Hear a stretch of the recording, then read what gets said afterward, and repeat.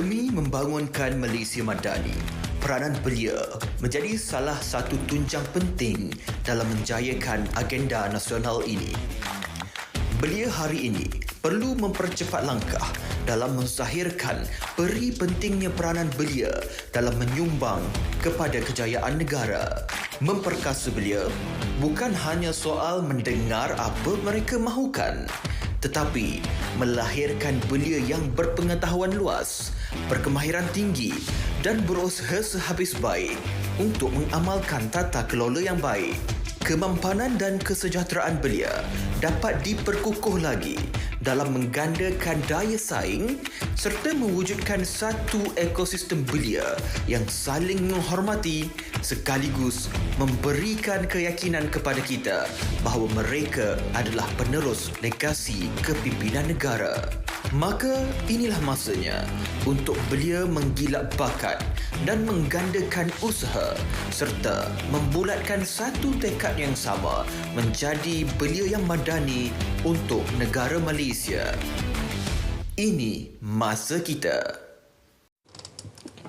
Baik, Assalamualaikum dan salam Malaysia Madani. Selamat datang ke Naratif Khas Perkasa Belia. Topik yang kita pilih pada malam ini, anda sudah menyaksikan secara langsung di TV1 di saluran berita RTM MyTV dan juga secara langsung streaman langsung di Facebook Live Berita RTM. Baik, itu sedikit package kita kongsikan kepada anda tentang gambaran apa yang kita ingin bincangkan. Saya pasti minggu ini adalah hari yang sibuk, bermula 14 Mei, Hari Ibu. Diikuti Hari Belia semalam, hari ini Hari Guru, dan hari ini untuk naratif khas kita bawakan kepada anda Perkasa Belia, ini masa kita. Itu tema yang akan diangkat untuk Hari Belia pada tahun ini yang akan disambut secara rasminya pada 28 Mei 2023 ini di Port Dickson. InsyaAllah juga kita akan bawakan secara langsung acaranya di sana nanti.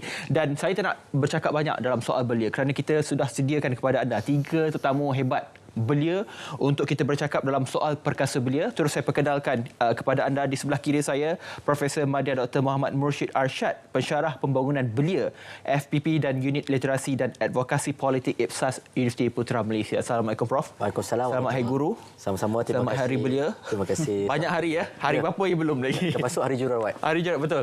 Hari yang padat untuk kita pada bulan Mei ini. Hari Raya pun masih lagi berlangsung. Dan di tengah-tengah ini, orang kuat belia, Saudara Muhammad Izzat Afifi Abdul Hamid, Presiden Majlis Belia Malaysia MBM. Assalamualaikum Saudara Izzat, apa khabar? Salam Saudara Hafiz, baik. Selamat Hari Belia. Belia lagi ya? Masih lagi belia. Ini orang yang bekerja kuat untuk Hari Belia tidak lama lagi. Dan di hujung sana, Tuan Muhammad Rizan Hassan, mantan tokoh belia negara dan juga ASEAN 2011. Assalamualaikum. Assalamualaikum. Rahman Bara, ini semangat yang kita nak untuk perbincangan kita malam ni. Beliau yang bercakap pasal belia. Okey, baik. Kita cakap dalam soal perkasa belia. Kerana dalam soal belia ini, saban tahun kita akan bercakap. Dalam belanjawan juga banyak sentuh soal belia. Dalam apa acara pun belia tidak akan ditinggalkan. Kerana kalau kita lihat kepada video ringkas awal tadi, kita gabungkan elemen dalam Malaysia Madani itu untuk menjadikan belia hari ini adalah belia yang madani, keterkuman dan sebagainya adalah 6 rukun yang kita maksudkan itu. Dan untuk Hari Belia kali ini dan soal perkasa belia, saya nak mulakan dengan Prof terlebih dahulu. Untuk kita mulakan perbincangan, untuk kita melihat framework itu. Perkasa yang bagaimana lagi kita perlukan untuk belia hari ini? Ya, terima kasih kepada Saudara Hafiz dan juga semua ahli panel, dan tidak lupa juga terima kasih kepada RTM ya kerana menjemput untuk satu topik yang hangat dan sebenarnya perlu dibincangkan, apa yang sebenarnya yang perlu diperkasakan lagi. Melihat kepada konteks ekonomi negara pada hari ini juga merupakan salah satu faktor yang perlu dilihat kerana terdapat beberapa cabaran yang dihadapi oleh golongan belia yang perlu diperkasakan, antaranya dari segi aspek cabaran ekonomi, politik, sosial, teknologi, kita sebut tentang pendigitalan dan sebagainya, dan yang paling penting sekali adalah berkaitan dengan adaptasi golongan belia kepada persekitaran. Itu juga merupakan perkara pokok yang perlu dilihat. Dan bila kita lihat, sebab persekitaran ni orang sebut tentang kos hidup, ya, nama pun kos, dia tetap kos. Tetapi bagaimana kita nak mengurangkan jurang tersebut supaya anak muda kita mampu untuk berdaya tahan dalam mendapat cabaran yang mendatang. Dari konteks pekerjaan juga kita lihat sekarang ni banyak orang bercerita tentang digital, gig ekonomi, pendigitalan, automasi. Kerana ini merupakan pekerjaan masa depan. Jadi sejauh mana pemerkasaan golongan belia untuk menyediakan generasi muda tersebut supaya mereka mampu untuk mendepani pekerjaan masa depan ini. Itu merupakan satu konteks cabaran juga. Dan pada masa yang sama, kalau kita lihat dalam konteks perburuhan, sesi pekerjaan dan perburuhan, kita lihat kadar pengangguran pada bulan Mac 2023 mencatatkan 3.5%, iaitu hampir lebih kurang 530,000 yang menganggur. Tetapi daripada pecahan tersebut, kadar pengangguran generasi muda juga agak tinggi. Jadi bermakna walaupun kita melihat trend tersebut mencatatkan pemulihan jika dibandingkan semasa fasa pandemik yang lepas, tetapi walau bagaimanapun masih lagi banyak usaha yang perlu dilakukan, terutamanya untuk memastikan generasi muda kita ni mampu untuk mendepani cabaran. Yep. Itu gambaran awal dan juga gambaran itu cukup besar untuk kita satu persatukan, kerana saya akan bawakan juga dalam soal literasi belia dalam soal kewangan, kerana saya cuba kaitkan juga dengan kadar pengangguran, muflis dan sebagainya. Apa yang menyebabkan muflis itu kita akan bincangkan satu persatu. Saya nak terus kepada Presiden kita, Saudara Izzat. Itu gambaran daripada Prof. Untuk Izzat sendiri, kita nak menjelang kepada Hari Belia yang dah disambut semalam secara tidak rasminya. Pada rasminya minggu depan, apa lagi belia mahu untuk perkasakan? Apa yang what needs to be done? Terima kasih, Ustaz Hafiz. Bagi saya, kalau kita bercakap tentang belia ataupun orang muda ni, dia ada beberapa perkara basic yang mereka inginkan. Setiap kali, setiap tahun, itu yang kita bicarakan. Berkaitan tentang pekerjaan, kita berkaitan tentang kos sara hidup, berkaitan tentang pendidikan. Yang ini memang kita tidak dapat lari daripada belia. Kita mahukan gaji yang bermaruah, gaji yang setimpal dengan pekerjaan yang sepadan dengan kata pendidikan. Ini antara perkara yang basic yang seharusnya kita cuba selesaikan dengan seberapa segera. Kita risau contohnya makin ramai anak muda yang kita sudah mula berhijrah ke luar negara disebabkan kata offer dan juga tawaran yang lebih baik. Ini antara perkara yang harus kita segerakan dan selesaikan. Tapi antara mungkin lagi yang boleh kita lihat dari segi taraf hidup yang lebih baik. Minggu lepas kita ada satu artikel yang dikeluarkan oleh Surat Khabar berkaitan tentang kata bilik yang terlampau kecil seperti mana di Hong Kong sudah berlaku di Malaysia. Maknanya taraf hidup, kualiti hidup anak muda kita semakin lama semakin menurun. Kita juga bercakap tentang ekonomi yang of course pendigitalan dan kesannya kepada anak muda kita, dan bagaimana pendidikan memberi kesan sama ada pendidikan kita bersedia ke arah pendigitalan dan sebagainya. So isu pendidikan, isu kos sara hidup, isu pekerjaan, ini antara isu-isu utama yang sering kali kita bicarakan, dan MBM selaku badan gabungan ataupun badan induk pertubuhan belia, ini antara perjuangan utama kami lah. Yang setiap tahun memang kadang-kadang kita bosan dengar, tapi selagi mana itu tidak diselesaikan, itu yang harus kami perjuangkan untuk anak muda yang lebih baik di Malaysia. Perjuangan harus diteruskan kerana saya juga belia. Saya menyokong penuh apa yang diutarakan, dan juga perkongsiannya agak serupa, hampir sama apa yang dikatakan oleh Prof. Saya nak terus kepada saudara kita di hujung sana yang berbaju merah. Saya nampak ada belia mahir, satu projek yang cukup berjaya kita katakan. Kalau saya nak kepada Cik Rizan misalnya, Cik Rizan tokoh belia 2011 ASEAN dan sebagainya, itu satu perbandingan jauh. Sekarang sudah pun 2023, satu perjalanan yang panjang. Untuk kali ini, untuk kita kekalkan momentum, kalau nak dibandingkan dengan apa yang Cik Rizan capai pada yang lalu dan dibandingkan dengan belia hari ini, apa beza yang kita dapat lihat secara ketara? Sejak 5 tahun kebelakangan ni, banyak perkara yang dibangkitkan berkenaan dengan belia, dan dapat saya rumuskan bahawa teknologi telah mengubah sebenarnya cara berfikir, cara hidup dan juga cara bekerja belia kita. Okey. Dan merujuk apa yang tadi Prof kata, Izzat kata tadi, memang betul belia kita berhadapan dengan cabaran politik, ekonomi, sosial dan teknologi.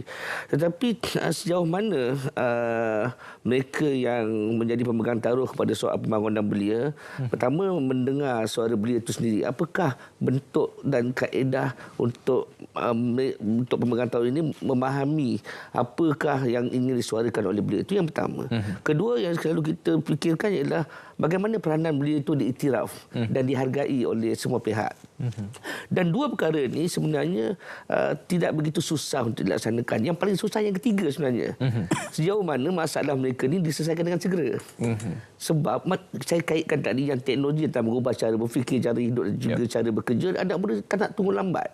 Okey, dia nak cepat segalanya. Jadi bila masalah mereka ini tidak diselesaikan dengan segera, okey, melalui inisiatif dan juga inisiatif yang kerajaan sediakan, dia akan mewujudkan satu komuniti sendiri yang akhirnya akan menjadikan liability kepada masyarakat, kepada negara dan juga kepada industri di negara kita. Dan itu diparahkan lagi apabila berlakunya COVID-19 dan kita dapat lihat trend perubahan yang cukup ketara anak muda dalam tempoh 2 tahun kebelakangan ini, di mana kalau kita tengok saban hari dan saban waktu dan saban ketika, isu anak muda tak nak pergi bekerja, tak nak sambung belajar, muflis dan segala-galanya berlaku.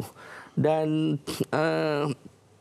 pendekatan untuk menangani hal ini masih tidak begitu jelas lagi. Dan hari ini yang dapat kita lihat, pendekatan untuk memimpin anak muda mungkin tidak cukup. Dia anak muda hari ini memerlukan lead and guide. Maksudnya ada satu gerakan membimbing mereka ini. Sebab sekarang ni anak muda di Malaysia dilihat seolah-olah ketandusan mencari orang dewasa yang boleh dipercayai.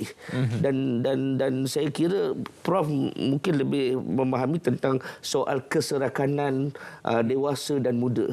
Dan ini amat penting kalau kita nak melihat pembangunan belia secara holistik di negara kita, supaya ia dapat dilihat setanding dengan mungkin tak perlu di peringkat dunia, tapi di peringkat negara-negara ASEAN pun sudah memadai dalam era kita untuk bangkit daripada pandemik demi kesejahteraan ekonomi dan sosial belia kita. Satu perkara paling penting adalah bila Cik Rizal menyebut soal satu realiti yang menghambat kita dalam soal pendidikan kerana COVID, PKP dan sebagainya. Sebagai seorang prof dan juga kita bercakap dalam soal belia kerana literasi pendidikan itu sangat penting. Itulah menjadi satu kata kunci utama untuk kita melihat kepada graduan kerja nanti untuk mereka berhutang dan sebagainya. Pada peringkat awal belia dalam literasi pendidikan kebelakangan ini, setelah kita melihat keadaan COVID yang cukup mengganas ketika itu, literasinya bagaimana ketika ini? Adakah ia dalam satu keadaan yang membimbangkan atau bagaimana, Prof? Okey, berdasarkan daripada indeks belia Malaysia yang dikeluarkan oleh Kementerian Belia dan Sukan, mendapati skor indeks untuk pendidikan adalah 83.64, bermakna dia merupakan satu tahap yang pada ketika ini adalah baik. Kerana kalau kita lihat dalam konteks accessibility ataupun keupayaan generasi muda untuk mendapatkan akses peluang pendidikan di Malaysia tidak menjadi masalah utama. Cuma bagaimana kita nak menarik semula minat golongan belia, terutamanya belia-belia sekolah yang tercicir dari sistem pendidikan untuk kembali semula untuk meneruskan pengajian mereka. Kerana kita perlu lihat dalam konteks pendidikan ini secara lebih meluas. Pendidikan bukan sahaja hanya dalam konteks pendidikan formal, tetapi pendidikan juga boleh berlaku secara bukan formal dan juga tidak formal, seperti mana yang diusahakan oleh NGO melalui Majlis Belia Malaysia, seperti yang dilakukan oleh Belia Mahir, bermakna mereka memberikan peluang pendidikan kedua, iaitu memberikan peluang pendidikan secara tidak formal. Jadi bermakna di sini peluang untuk akses kepada pendidikan penting, kerana di dalam agenda pembangunan belia, pembinaan aset dalaman sebenarnya bermula dengan pendidikan. Jadi aset dalaman itu meliputi kemahiran, pengetahuan yang akhirnya membentuk kreativiti dan juga sikap mereka. Dan pada masa sama, aset dalaman ini tidak boleh bersendirian. Dia memerlukan sistem sokongan luaran seperti mana yang Sir Rizal maksudkan tadi, iaitu sokongan luaran meliputi aspek ibu bapa, keluarga, masyarakat, komuniti, institusi di sekolah dan universiti, mana itu perlu diberikan secara berterusan, kerana inilah yang akan mewujudkan proses pembinaan belia positif, yang mana aset dalaman dan aset luaran ini sebenarnya diperlukan untuk membina 5C golongan belia itu sendiri, iaitu memiliki karakter yang baik, mereka lebih berkeyakinan, mereka memiliki nilai kasih sayang, memiliki jaringan yang baik, dan pada masa sama juga menggunakan sumbangan mereka, contribution untuk menyumbang kepada pembangunan komuniti dan juga negara. Jadi golongan belia sebenarnya bukan tidak berpotensi, tetapi golongan belia memerlukan bimbingan. Seperti yang dikatakan tadi. Kerana kita nakkan supaya belia menjadi rakan kepada pembangunan negara. Kalau dalam soal itu juga kita bercakap pendidikan, sebab saya tertarik dan sering juga saya menyebutkan bahawa untuk kita memecahkan teori putaran ganda kemiskinan itu adalah pendidikan. Dalam soal ini, sebab kita melihat dan Yang Amat Berhormat Perdana Menteri juga ada menyebut dalam ucapan dia sambutan Hari Guru sebentar tadi bahawa golongan belia khususnya anak-anak di sekolah sudah tidak mula minat untuk belajar bukan sahaja di luar bandar tetapi di bandar ketika ini. Ini bagaimana perlu kita melihat situasi yang mencengkam ini, Prof? Jadi bila kita lihat kecenderungan golongan generasi muda kerana mereka tidak minat belajar, saya tak nafikan ada kumpulan berkenaan, kerana bila kita lihat dalam konteks agenda pembangunan komuniti, kita akan ada 5 fasa kelompok ni. Ada kelompok yang betul-betul kelompok yang innovator, yang memang pantang ada peluang dia akan rebut. Ada kelompok yang memang dia akan buat dan dia akan follow apa yang innovator ni buat. Ada kumpulan dipanggil sebagai majority. Majority ni pula dipecahkan pada dua. Ada majority awal dengan majority akhir. Yang ni yang akan tunggu dan lihat. Apabila melihat kejayaan orang, baru dia akan ikut. Dan ada satu kelompok, iaitu kelompok yang memang memerlukan perhatian, bimbingan yang lebih supaya mereka dapat melihat dan keluar daripada kelompok berkenaan. Jadi tak dapat nafikan ya, memang pengaruh media sosial sebenarnya memang sangat memberi kesan kepada generasi muda. Kalau terlihat daripada indeks Belia Malaysia juga, daripada domain ketemusan media mendapati bahawa secara purata ya, generasi muda menghabiskan masa 7 hingga ke 8 jam sehari menggunakan internet dan media sosial. Jadi bila kita lihat kenapa mereka nak sangat guna peranti internet ni, 88% menyatakan bahawa mereka menggunakan internet peranti ni untuk tujuan hiburan. Jadi mana dekat sini mungkin fokus berkenaan mereka nampak yang bahawa pendidikan dah jadi secondary. Sedangkan pendidikan perlu diletakkan sebagai perkara utama. Tidak kisah anda boleh menjadi mahir di dalam seni, anda boleh bijak dalam melangkah kejayaan dalam gig ekonomi misalnya, tetapi asas pendidikan itu penting. Jadi sampai bila mereka dalam sektor gig, seperti mana yang Saudara Rizal kongsikan sebelum siaran bermula tadi pun, dia menyebutkan yang bahawa pengalaman beliau mendapati bahawa apabila mereka sampai tempoh tahap umur, mereka akan tinggalkan gig. Tempoh matang tu kan, dah belaga dinding kata Tuan Rizal waktu tu. Jadi menunjukkan bahawa pendidikan itu penting sebenarnya dalam agenda pembangunan belia. Fahaman yang salah dalam soal pendidikan itu menjadi tembok penghalang kepada kemajuan belia pada masa depan. Saya tengok Saudara Izzat juga tidak sabar untuk memberi hujan balas, namun kita akan berehat seketika. Kita akan kembali selepas ini dalam Naratif Khas.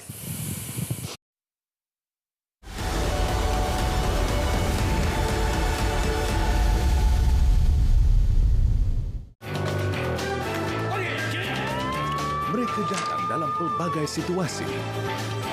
Jika anda tidak mahu mereka, halang mereka. Bertindak sekarang. Pastikan komuniti kita bebas dari dengki. Makcik tu buat apa tu?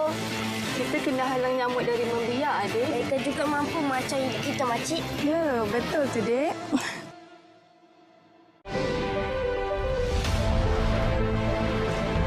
Himpunan peristiwa, kisah suka duka, konflik antarabangsa.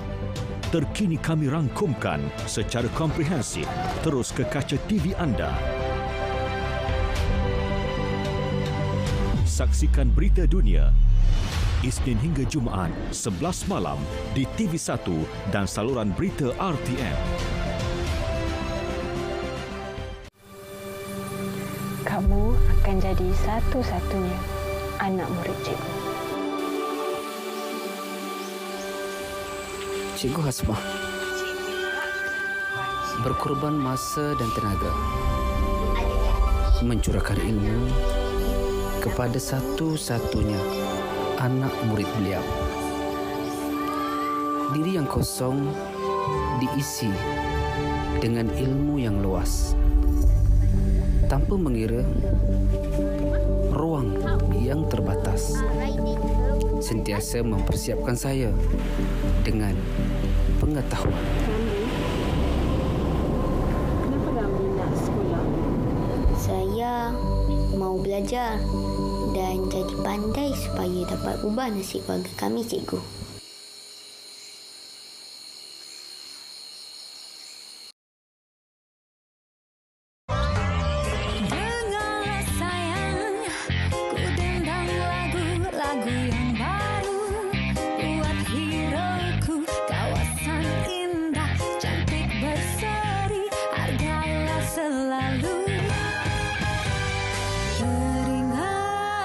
Keringatmu membasahi au pipimu, cantik-cantik alasanku, engkau hidupku, lupakanlah sementara lelahmu ini.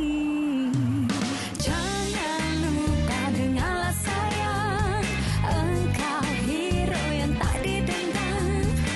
Keringatmu teringat-ingat, akan ku kenang setiap saat.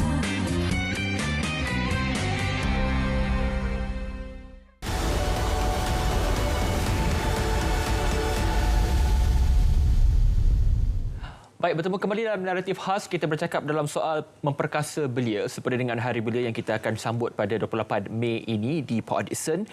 Secara rasminya semalam Hari Belia di Malaysia 15 Mei 2023 ataupun setiap tahun. Dan dalam awal ini kita sudah memberi bayangan dan juga Prof sudah memberi jawapan balasnya dalam soal apa lagi yang perlu diperkasakan. Cik Rizan juga sudah menyatakan perkara yang sama. Dan saya ingin tanyakan kepada saudara Izzat, dalam soal memperkasa belia ada berbagai elemen yang telah disentuh dalam soal pendidikan. Itu paling penting. Itu tidak lari, memang pendidikan itu adalah paling penting. Dalam soal lain, elemen apa lagi yang diperlukan yang saudara Izzat sebagai Presiden melihat yang masih lagi tidak dipandang tinggi ataupun masih lagi terkebelakang dalam soal untuk kita nak angkat belia ke satu tahap yang lebih baik pada hari ini?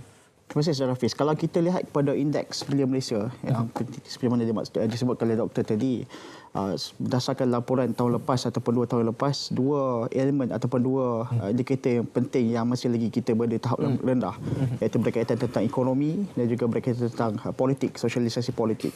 Yang mana untuk sosialisasi politik konsisten yang paling rendah setiap tahun, menunjukkan bahawa orang muda kita masih lagi tidak minat berpolitik ataupun masih lagi ada sentimen berkaitan tentang politik. Ekonomi, kalau berkaitan kata saya IDM ataupun indeks belia Malaysia maklumkan bahawa ekonomi Malaysia, anak muda kita sedikit rendah, jatuh sedikit berbanding dengan sebelum-sebelum ini, sudah tentu kerana COVID-19 dan sebagainya. So bagi saya, antara elemen lagi harus kita perkasakan ialah tentang ekonomi, khususnya reskilling dan upskilling seperti mana sering dilakukan oleh saudara Rizan, iaitu bagaimana kita nak memperkasakan anak muda kita dari segi ekonomi, dan ekonomi itu pun melalui skill dan juga kemahiran yang mereka perlukan. Kita tahu sekarang ni World Economic Forum dah nyatakan bahawa top 10 skill yang diperlukan ialah berkaitan tentang digital dan sebagainya. So itu antara perkara yang harus kita lihat, yang harus kita perjuangkan agar anak muda kita sentiasa up to date dengan skill-skill yang diperlukan. Begitu juga dengan pendidikan kita. Kita harus lihat bahawa pendidikan juga harus, universiti kita, sekolah kita harus juga sentiasa relevan dengan skill-skill yang diperlukan oleh anak muda kita sekarang ini. Kita bercakap tentang AI, ChatGPT. Saya pun sebelum pergi datang hari ini pun kita tak perlu suka-suka nak minta researcher ke apa ke. Kita minta just cari chat dalam ChatGPT je, apa yang dia perlukan, dan semua sudah keluar. Dan tak perlukan kita perlukan seorang researcher dan sebagainya. Itu menunjukkan bahawa ekonomi sudah berubah, sistem sudah berubah, cara kehidupan pun sudah berubah, dan maknanya itu cara kerajaan harus lihat bagaimana untuk membantu anak-anak muda kita, khususnya dari segi kemahiran-kemahiran yang diperlukan. Ya, ini bercakap dalam soal evolusi sistem dan sebagainya. Dan saya tertarik dengan apa yang dikatakan ini juga. Saya nak kaitkan dengan soal kepada Cik Rizan. Saya nampak belia mahir itu sudah tentu dalam soal upskilling, reskilling. Sekarang kita bercakap tentang high tech dan juga high touch. Kalau kita lihat satu laporan, satu trend yang ketara ketika ini adalah kenaikan pekerjaan tidak rasmi meningkat berterusan dalam own account workers ataupun kita kata sebagai economy gig. Ramai belia hari ini, apatah lagi kita melihat dalam tempoh COVID-19. Banyak sangat belia yang terlibat dalam ekonomi gig. Adakah ini satu perkara yang perlu kita lihat dengan hati yang tenang atau satu benda yang tidak bagus untuk pembangunan belia, Cik Rizan? Untuk jangka masa pendek, ia mungkin elok lah kan. Dan kalau ikut berpengalaman kami sendiri di lapangan dalam menyantuni belia untuk bekerja selepas pandemik COVID pada tahun 2021 sehingga akhir 2022, kita dah membantu hampir 7,000 belia. Kebanyakan yang berumur 18 tahun sehingga 25 tahun memang betul dia memilih sektor gig itu. Tapi kita dapati pengekalan di tempat kerja itu semakin menurun apabila mereka mencecah usia 24 dan 25. Apabila mungkin mereka sudah ada komitmen tertentu nak kahwin, dah buat pinjaman loan kereta dan sebagainya kan. Mereka kembali semula ke sektor formal. Jadi kat sini bila kita tengok senario pattern macam tu, kita dapati kebanyakan anak muda kita dia tidak faham tentang kejayaan masa depan mereka dia semasa di sekolah lagi. Ataupun mungkin juga ketika berada di IPT pun dia tak nampak lagi apakah kejayaan masa depan mereka. Sebab itu pentingnya inisiatif kerajaan bukan saja bercakap kepada adik-adik beli bersekolah yang berumur 15 hingga 18 tentang lepas habis SPM pergi sambung belajar kemahiran atau pengajian tinggi, tetapi dia harus juga menyentuh soal dari sekolah ke kerjaya. Kan? Dan dalam keadaan hari ini anak muda dia tahu dia kena belajar pandai untuk masuk IPT ataupun kemahiran. Okey, hari ini anak muda dia tidak faham bahawa ada satu lagi dunia, iaitu dunia kerjaya. Jadi sekarang ni, apakah bentuk penekanan ataupun motivasi yang kita kena berikan kepada adik-adik di peringkat sekolah ni? Bagi kami ialah penekanan tentang kerjaya masa depan tu baru datang nak masuk universiti ataupun kolej kemahiran mana. Kalau datang IPT atau kolej dulu, dia akan masuk hanya sekadar masuk dan untuk memenuhi ikut syarat itu. Kan? Jadi ini menjadikan satu kebimbangan dan ianya terbukti apabila ramai yang keluar daripada institusi pengajian tinggi ataupun institusi latihan kemahiran, dia tak faham apakah kerja yang mereka perlu lakukan dan adakah bidang yang dia pilih itu relevan lagi dengan teknologi semasa. Di sinilah pentingnya saya punya harapan besar apabila melihat senario ini semua di lapangan ialah soal pembudayaan pembelajaran sepanjang hayat.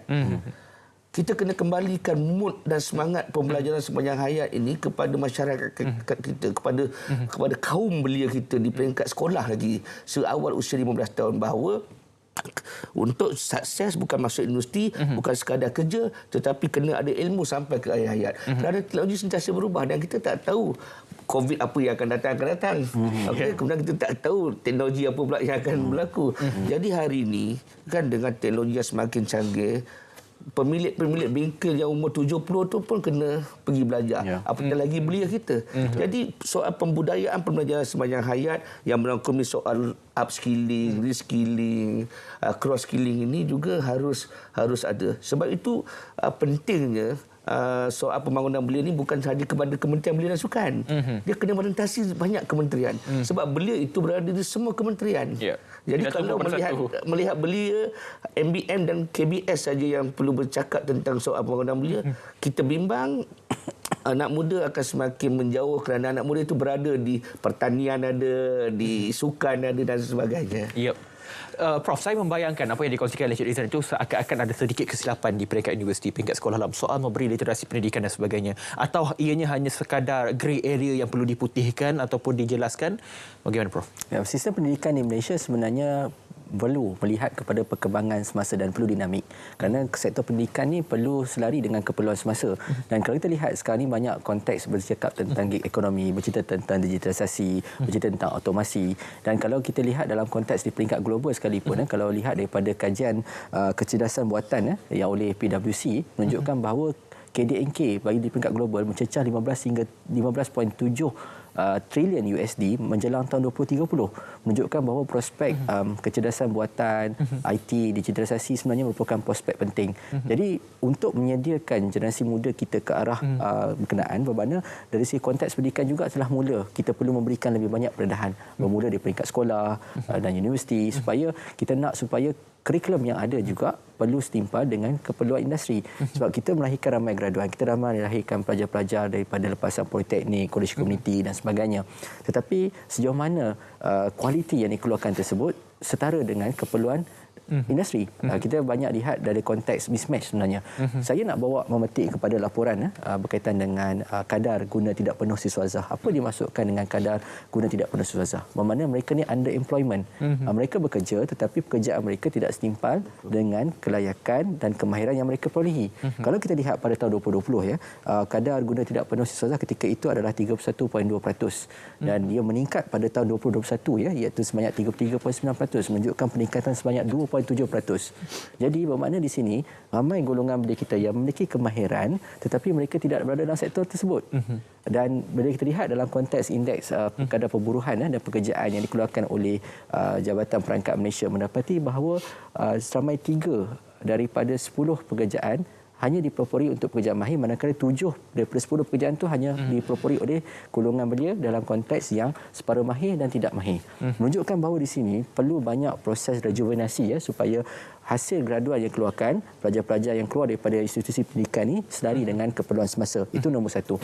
Nombor dua, dari konteks bagaimana kita nak melihat bahawa apa implikasi kalau ia berterusan. Dia akan mewujudkan brain drain. Brain drain ini maksudnya yang mana yang memiliki kemahiran, memiliki talent, bakat Tetapi mereka keluar negara kerana merasakan bahawa pekerjaan di luar negara lebih lumayan, kan, dan akan mendapat pendapatan yang setimpal dengan keperluan mereka. Dan saya ingin bawa juga kepada satu konteks pemerkasaan TVET. Ini memang Tuan Rizan sukalah, kan, TVET. Saya akan pergi juga TVET tu.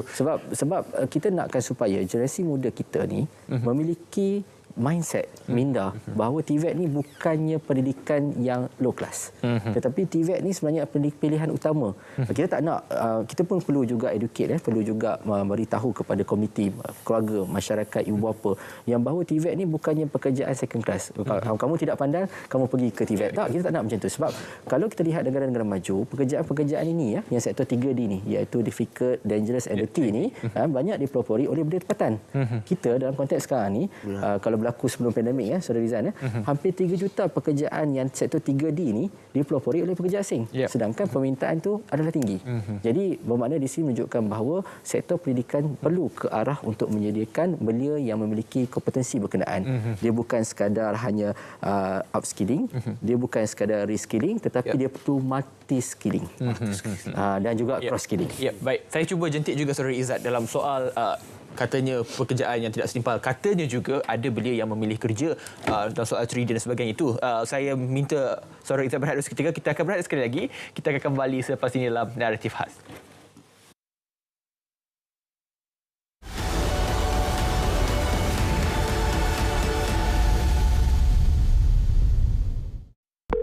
Kecemasan, boleh saya bantu? Encik, ada motor aksiden lah dekat sini, Encik. Langgar gajah kot.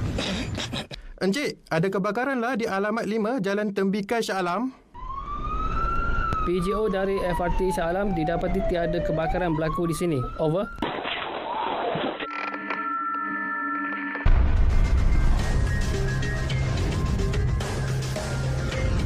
MERS 999. Gunakan dengan berhemah.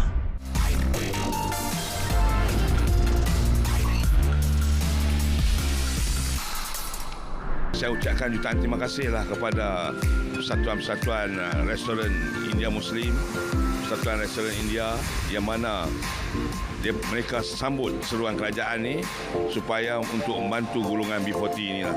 Kita tahu ramai yang tak mampu untuk masuk restoran untuk makan.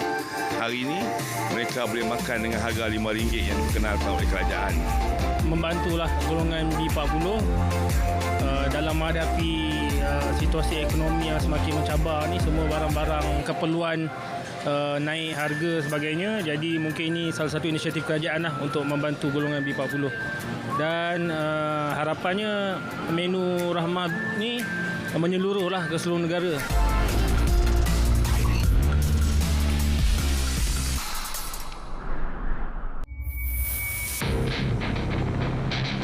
Sebenarnya tak pernah dengar apa perkataan bipolar disorder tu. Bila pergi hospital, dia akan sedut.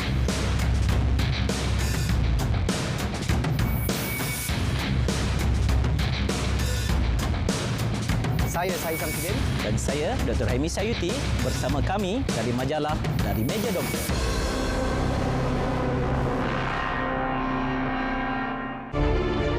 Kalau mau ekonomi berkembang, kalau mau hasil bertambah, kita kena lawan dan hapuskan perasuah-perasuah besar ini. Dan saya mau pekerja. Saya mau bekerja sama barisan dengan saya. Kita bangkit dan perang terhadap golongan yang merasuah negara ini. Kerana sudah lebih faham masalah dan derita rakyat.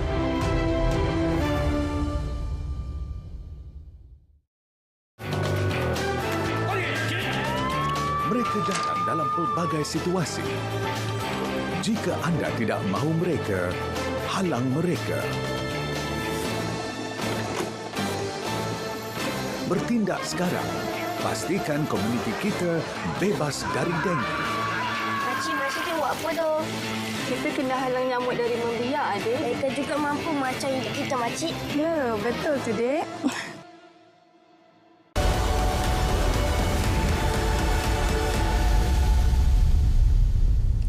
Baik, bertemu kembali dalam naratif khas. Tadi kita banyak bercakap dalam soal peluang pekerjaan.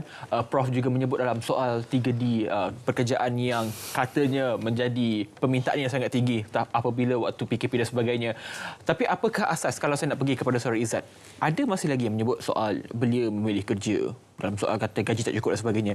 Kita masih lagi bermain di sekitar itu tanpa kita melihat perkara yang sepatutnya. Saudara Izzat, asas kepada dakwaan itu, adakah ianya satu perkara yang mengecilkan hati para belia ini sebenarnya? Bagi saya perumpamaan yang paling sesuai ialah kalau betul anak muda kita memilih kerja, kalau kita kumpul atau jumpa di Johor Bahru dan sebagainya, anak muda kita 4 pagi sudah mula keluar bekerja, merentas tambak Johor untuk pergi ke Singapura, untuk pergi ke kerja dalam waktu berapa jauh dan sebagainya. Kita tengok tahu juga bahawa anak muda pernah viral. Anak muda kita pergi ke Australia untuk petik anggur. Itu pun salah satu 3D, kerja-kerja 3D. Kita tahu juga ada satu kes viral apabila anak muda kita pergi ke Korea untuk petik kobis.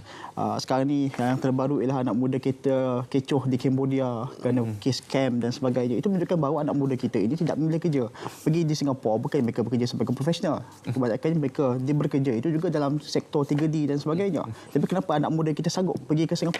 Kenapa anak muda kita sanggup pergi Australia, pergi Korea dan sebagainya? Bagi saya isu paling utama ialah gaji yang setimpal. Mereka melihat bahawa gaji di Malaysia ini tidak padan dengan skill yang ada ataupun dengan tenaga yang mereka keluarkan.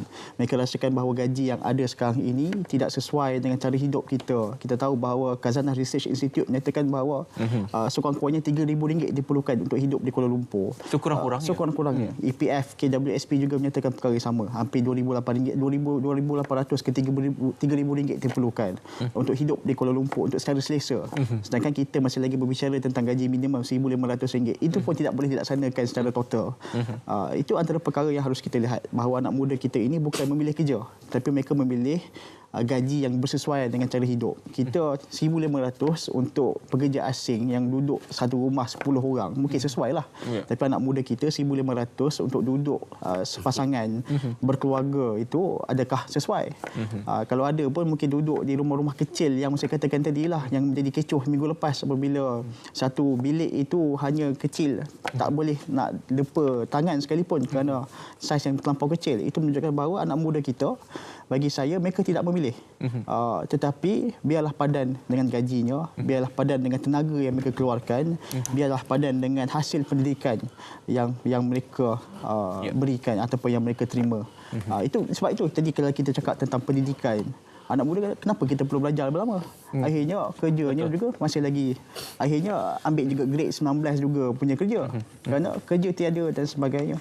Itu satu perkara yang harus kita lihatlah. Kerana mindset itu saya dengar sejak sekian lama. Buat apa belajar tinggi kalau akhirnya bekerja sedemikian. Saya tengok Cik Rizal ini garang rupanya, dan saya tahu ada jawapan balas tentang soal dua perkara yang kita bincangkan ini. Dia apa yang Izzat cakap tadi itu jelas menunjukkan bahawa anak muda kita dia bimbang tentang masa depan dia.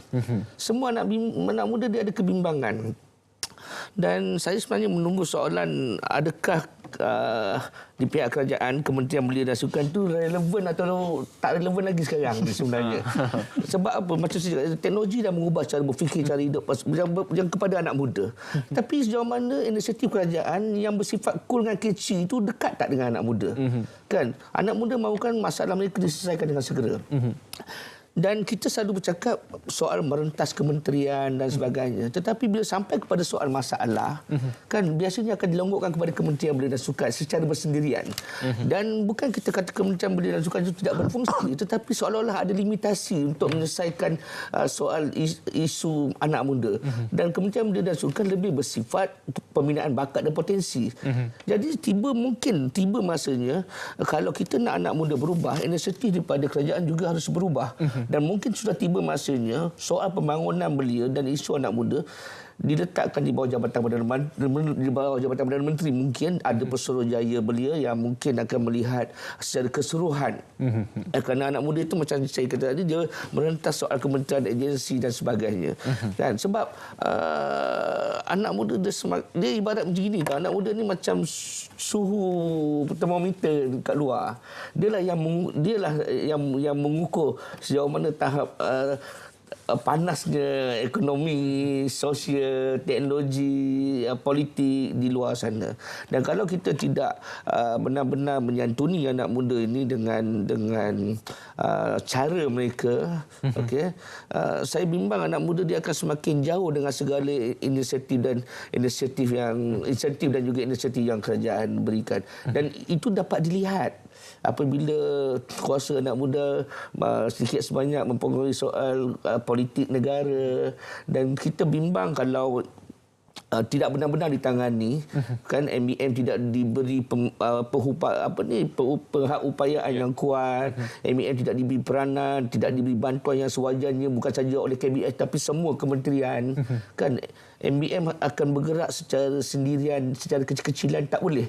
Kita bercakap anak muda dalam satu kelompok yang besar dan penting, tetapi kalau MBM sebagai badan induk yang menerajui soal isu dan segalanya tentang anak muda tidak diberi sokongan yang penuh, mereka dan badan gabungan mereka juga tidak mampu untuk memberikan segala sokongan kepada anak muda di lapangan, dan yang ruginya adalah negara kita itu nanti. Tapi ada kita lihat dalam Belanjawan Madani baru-baru ini, ada khas untuk memperkasakan dalam soal kerjasama industri dan sebagainya. Adakah itu tidak memadai untuk kita mengangkat dan juga memperkasa belia secara keseluruhannya? Ia permulaan yang baik. Kalau dari sudut TVET, ia adalah permulaan yang baik. Okey, tetapi kita juga mahukan sokongan swasta dalam pelbagai segi. Dalam pelbagai segi, termasuk dari segi sosial dan sebagainya. Partisipasi swasta amat penting dalam soal pembangunan belia di negara kita, sebab untuk membangunkan modal instan di kalangan belia ni memerlukan perbelanjaan yang amat besar sebenarnya. Jadi saya tidak fikir kalau Kementerian Belia dan Sukan itu secara bersendirian dia mungkin tidak mampu untuk menyantuni 8 kumpulan belia yang disasarkan yang digariskan di dalam dasar belia Malaysia itu. Kalau nak secara keseluruhan 8 kumpulan belia itu disantuni dan masalah mereka diselesaikan, okey, memerlukan soal merentas kementerian dan juga sokongan daripada swasta. Saya nak usik sikit soal gaji, kerana dalam soal gaji 1,500 yang dikatakan ini masih lagi tidak habis. Walaupun katanya 3,000 itu sudah mencukupi, angkanya seakan-akan tidak mencukupi juga walaupun 3,000 untuk belia yang tinggal di bandar ini sebenarnya. Mungkin sudah tiba masanya kita bercakap tentang gaji progresif. Okay. Realitinya begitu. Realitinya begitu, tetapi gaji progresif ini kalau tidak didokong dan disokong oleh soal pendidikan itu tadi, dia juga tidak akan memberi makna yang besar. Pemberdayaan sepanjang hayat, okey, di mana di dalam tu ada soal multi skilling dan sebagainya itu. Jadi memerlukan pemahaman dan juga soal lead and guide kepada belia kita. Okey, tak guna kalau kita letak segala macam bentuk gaji, tapi motivasi anak muda ke arah itu, soal jati diri, soal pemahaman kerjaya masa depan tidak diberi penekanan, kan, dia tidak memberi apa manfaat pun. Yep. Okey, bila kita bercakap soal gaji itu terkait juga soal lead and guide itu, soal kita bercakap soal pengurusan keuangan, kerana saya kaitkan juga apabila gaji dah besar ataupun ada gaji akan melibatkan hutang dan sebagainya. Itu yang kita akan bincangkan selepas ini untuk kita bercakap dalam soal itu. Sementara apabila Cik Rizal menyebut soal lead and guide dalam soal literasi keuangan ini, juga saya ingin sentuh dalam segmen ini. Kita melihat kadar muflis, pinjaman peribadi kereta adalah penyebab utama golongan muda muflis semata-mata mahu memenuhi keperluan gaya hidup. Ini satu perkara yang perlu kita selarikan dengan apa yang dikatakan ni, Prof. Ya, penting untuk literasi kewangan ini dilihat mana mungkin kita nakkan kematangan dari segi pengurusan kewangan, sedangkan literasi kewangan itu kita tak berikan sewajarnya. Jadi bermakna di sini kita lihat, kalau kita lihat daripada statistik yang dikeluarkan oleh Bank Negara Malaysia juga menunjukkan bahawa antara faktor utama yang menyebabkan belia muflis salah satunya adalah disebabkan oleh pinjaman peribadi, pinjaman kenderaan, dan yang paling best sekali lah kad kredit. Iaitu yang merupakan 3 perkara pokok lah yang sebenarnya memerlukan lebih banyak lagi lah usaha-usaha literasi pendidikan untuk menyedarkan golongan belia dari segi aspek pengurusan kewangan. Itu nombor 1. Nombor 2, dari segi aspek gaji itu juga lah. Kalau kita betul lah, kita lihat bila terlalu banyak persaingan yang ada pada hari ini, dan kita lihat ekspektasi majikan juga tinggi gaji itu perlu setimpal. Bermakna walaupun graduan tersebut sebenarnya graduan lepasan universiti, tetapi mereka perlu perlu diberikan hak untuk mendapatkan gaji yang setimpal dengan kepakaran mereka, termasuk juga dalam sektor 3D. Mana mungkin sektor 3D dapat menarik minat anak muda sedangkan kadar gaji dia masih lagi ditakut lama. Jadi ia merupakan salah satu usaha untuk penjenamaan semula supaya sektor 3D ini dilihat sebagai satu prospek untuk menjana pendapatan dan kewangan. Dan kita juga perlu melihat dari segi aspek literasi kewangan ni. Sudah masanya untuk kita buka minda generasi muda kita tidak hanya bergantung kepada pekerjaan makan gaji. Sedangkan anak muda boleh mencipta peluang pekerjaan sendiri. Berbanding bimbingan dan latihan yang diperlukan, kita bercakap tentang keterlibatan anak muda dalam sektor gig, dalam keusahawanan digital dan sebagainya. Tetapi sekiranya kita tak memberikan latihan, kita hanya semata-mata menyediakan dana tetapi latihan tidak mencukupi, juga akan menyebabkan kepincangan dari segi keterlibatan anak muda di dalam ekonomi gig berkenaan. Jadi ia perlu setimpal dan sedari. Dan saya nampak banyak seperti mana diumumkan oleh kerajaan dalam Belanjawan 2023, terlalu banyak latihan-latihan jangka pendek yang diberikan, terutamanya latihan melibatkan perantisan, internship, yang ni sepatutnya perlu direbut oleh generasi muda supaya kita nak bahawa itu merupakan satu lonjakan untuk mereka mendapatkan pekerjaan yang lebih baik. Tak naklah juga bila ada peluang pekerjaan jangka pendek ni mereka selesa. Selesa dengan contohnya mereka menyertai MyStep katakan kan. Sampai bila pun MyStep habis kontrak pun sambung lagi. Sebenarnya ia adalah satu lonjakan untuk generasi muda melihat peluang lebih besar. Jadi maknanya dari segi konteks pemahaman literasi itu juga perlu diberikan perhatian. Peluang sudah pun tersedia, juga perlu diisi dengan elemen-elemen lain untuk mendukung kepada apa yang diusahakan, apa yang dikongsikan oleh Prof sebentar tadi. Kita akan berehat sekali lagi, kita akan kembali selepas ini untuk kita melihat secara keseluruhannya bagaimana kita ingin memperkasa belia di Malaysia Madani ini. Kembali selepas ini.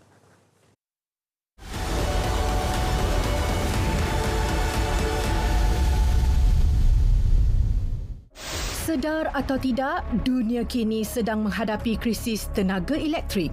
Sejak dari tahun 2021 hingga pertengahan 2022, kita menyaksikan kesan ketara kenaikan harga elektrik di seluruh dunia.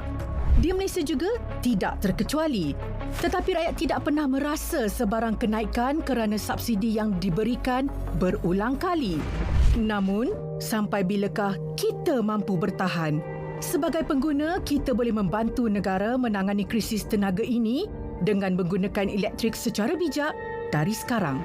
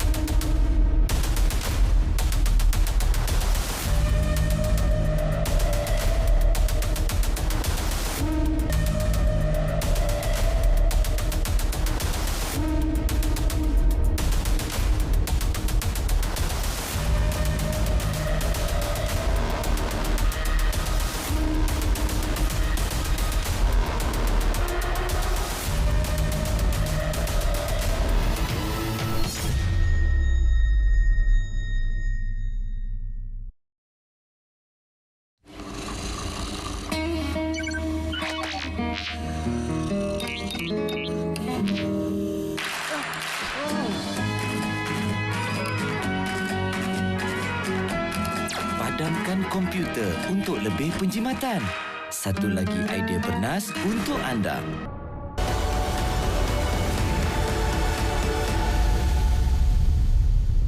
Baik, bertemu kembali Naratif Khas memasuki pusingan yang terakhir. Saya terus kepada Saudara Izzat. Jutaan belia di sana bergantung harap kepada MBM. Kita bercakap soal Muflis, peluang pekerjaan. MBM sendiri bagaimana menggerakkan dalam soal-soal yang kita sentuhkan ini supaya mereka ini dengar dan juga percaya bahawa suara mereka ini dengar melalui MBM misalnya. So tentu MBM sebagai badan induk pertumbuhan belia, dalam akta juga menyatakan bahawa MBM ini adalah suara mata dan telinga untuk anak muda.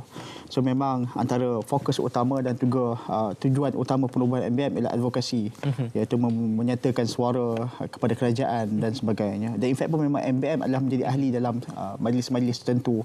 Saya juga menjadi ahli dalam majlis kuasara hidup.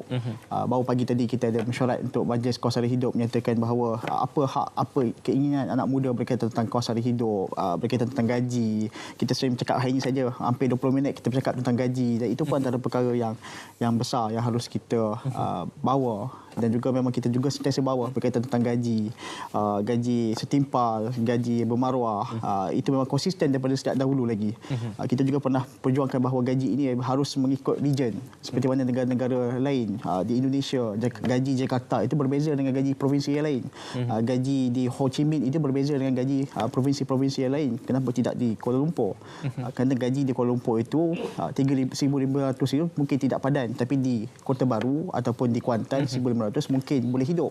So itu antara perkara yang kita perjuangkan sejak sekian lama. Itu juga kalau kita bercakap tentang sosialisasi politik, seperti mana saya katakan dalam indeks belia Malaysia menyatakan bahawa anak muda tidak berminat politik. MBM kita perjuangkan dengan mewujudkan sekolah politik, memberi pendedahan sejak 2018 lagi. Iaitu sebelum PRU sekalipun MBM sudah menjuarai berkaitan tentang sosialisasi politik. Bila kita lihat dalam indeks belia Malaysia menyatakan bahawa anak muda kita kurang minat tentang politik. So MBM overall kita memang sentiasa menyatakan suara kehendak anak muda, dan insyaAllah pada 28 hari bulan nanti kita akan list down apa kehendak anak muda di hadapan PM, dan kita nyatakan ini beberapa kehendak anak muda yang kita tawarkan kepada PM untuk PM catch up dan untuk pastikan agar anak muda ini sentiasa relevan dan sebagainya. Saudara Rizal masih merahsiakan apa yang itu kena tunggu 28 lah. Kita nantikan apa demand daripada 5 ataupun 6 MBM tuntutan daripada anak muda kepada PM. Kita doakan kejayaan dan juga keberhasilan permintaan itu. Dan Cik Rizal, nota akhirnya untuk belia ini bagaimana untuk kita bagi punch untuk perkasa belia ini akan terus dikekalkan momentumnya? Kesiankanlah anak muda. Kasihanilah. Saya walaupun dah bukan belia lagi, tapi saya merayu sebenarnya kepada semua, bukan saja kepada kerajaan, termasuklah komuniti, syarikat swasta dan sesiapa saja yang mempunyai kecintaan kepada negara kita, bermakna dia perlu ada kecintaan kepada anak muda. Anak muda kita memerlukan sentuhan daripada orang dewasa yang boleh dipercayai. Okey, lihatlah mereka ni sebagai seorang aset dan juga seorang anak yang harus kita bimbing untuk kesejahteraan kita bersama. Dan memang tema ini masa kita adalah yang terbaik, dan harapnya inilah masa terbaik yang harus kita beri dukungan dan sokongan kepada pembangunan belia kita sesuai dengan apa yang kita bincangkan perkasa belia pada malam ini. Satu rayuan di TV nasional ini, kasihanilah belia ini, kita harapkan supaya ramai pihak yang mendengar dan juga memberi pandangan yang lebih luas kepada peranan belia. Prof, Saudara Izzat ada menyebut soal literasi politik. Itu penting kerana saya juga ingin meletakkan dalam segmen ini, mungkin tidak mencukupi waktu dan sebagainya, tapi sedikit dalam soal literasi politik dan juga apa lagi sebenarnya advokasi yang diperlukan untuk kita sama mengekalkan momentum supaya belia ini tidak ada surutnya dan sentiasa pasang dan juga cemerlang di mana-mana peringkat pun. Jadi kalau terlihat dalam konteks demokrasi negara kita, dengan adanya pindaan akta yang membenarkan anak muda untuk mengundi seawal usia 18 tahun, jumlah peningkatan pengundi antara 18 hingga 20 tahun ini sebenarnya besar. Jadi menunjukkan bahawa mana-mana parti politik, mana-mana coalition nak jadi kerajaan, dia mesti dengar suara belia. Dulu mungkin suara belia ni nombor 30 daripada 31 sedarai. So sekarang ni suara belia dah diangkat menjadi suara pariti. Jadi bermakna itu merupakan satu hikmah bagaimana partisipasi belia dalam agenda pembangunan negara. Tapi jangan diperkudakan lah, Doktor. Tapi jangan diperkudakan, tetapi perlu dimatangkan. Jadi maknanya program-program literasi politik itu perlu berterusan. Dia perlu bermula di peringkat sekolah lagi.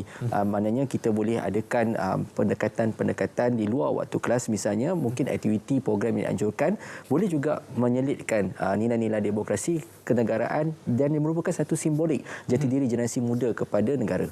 Dan saya juga nak ambil kesempatan di sini pada masa sama juga, agenda pembangunan belia ni tidak boleh dilihat terlalu eksklusif. Dia perlu inklusif.